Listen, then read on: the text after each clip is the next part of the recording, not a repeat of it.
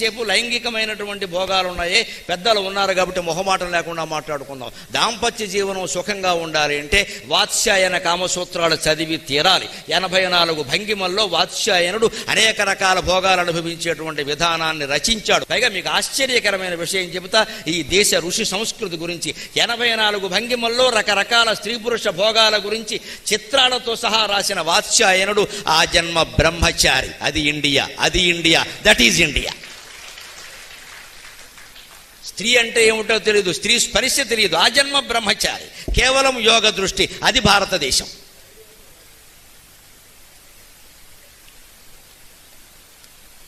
కేవలం యోగ దృష్టి. ఆయనకి స్త్రీ లేదు, ఆయనకి భార్య లేదు, ఏ భోగం ఆయన అనుభవించాల. ఇదండి ఈ దేశం. తపస్సు ద్వారా, యోగ దృష్టి ద్వారా గ్రహించి జాతి బాగుండాలి, జాతి బాగుండాలి.